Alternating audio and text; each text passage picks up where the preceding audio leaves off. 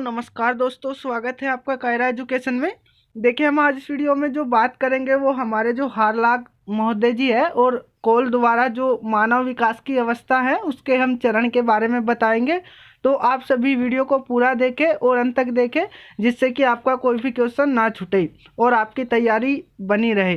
तो चलिए शुरू करते हैं।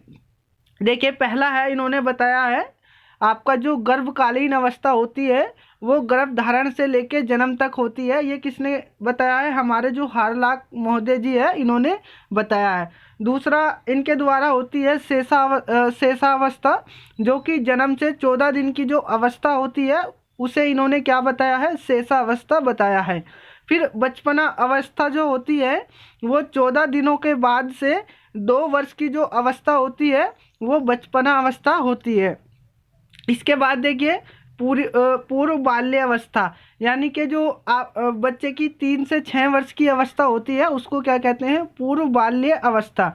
इसके बाद उत्तर बाल्य अवस्था, जो कि 6 से 11 वर्ष तक की जो आयु होती है उसको क्या कहते हैं? उत्तर बाल्य अवस्था। फिर वय संधि या पूर्व किशोर अवस्था, जो कि 11 से 17 वर्ष तक की आयु होती है। इसके बाद किशोर अवस्था, तो किशोर अवस्था में इन्होंने बताया है 17 से 21 वर्ष तक की जो आयु होती है। इसके बाद देखिए प्रौढ़ अवस्था। प्रौढ़ अवस्था जो होती है 21 से 40 वर्ष तक की अवस्था को इन्होंने क्या बताया है? प्रौढ़ अवस्था। इसके बाद 9वीं है मध्य अवस्था। मध्य अवस्था 40 से 60 वर्ष तक की होती है। इसके बाद होती है 10वीं, जो इनके द्वारा बताई गई है वृद्ध अवस्था, जो कि 60 वर्ष से लेकर के जीवन के अंत तक चलती है। तो इस तरह से आपने देख लिया है जो हमारे हारलाक महोदय जी है इन्होंने मानव विकास की कितनी अवस्था बताई है? 10 बताई है, जो कि मैंने आपको बता दी है। आप देखिए, दूसरे आते हैं हमारे कोल द्वारा जो है विकास की अवस्था। तो इनकी भी अब हम बात कर लेते हैं। इन्होंने देखिए पहली बताई शेषावस्था। शेषावस्था में इन्होंने बताया है जन्म से 2 वर्ष तक की जो अवस्था होती है वो शेषावस्था होती है, कोल जी ने कहा है। इसके बाद दूसरी इन्होंने बताई है प्रारंभिक बाल्य अवस्था, जो कि 2 से लेकर के 5 वर्ष तक की जो आयु होती है वो प्रारंभिक बाल्य अवस्था होती है। तीसरा इन्होंने बताया है, देखिए मध्य बाल्य अवस्था।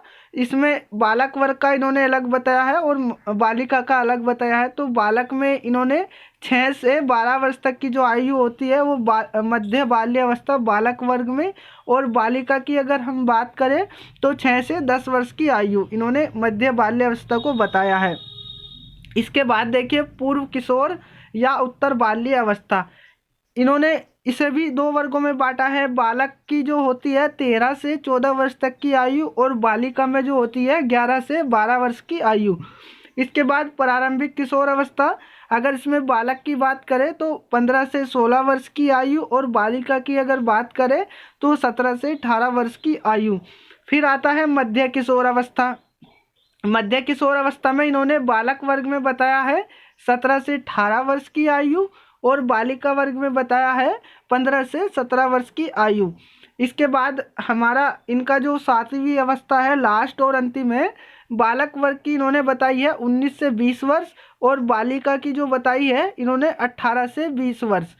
ठीक है, ये बालिक लिखा गया था नीचे भी, तो जो कि बालिका है। ठीक है, तो इन्होंने कितनी अवस्था बताई है? 7 अवस्था बताई है कोल जी ने, और जो हमारा हारलाक जी है इन्होंने 10 अवस्था बताई है।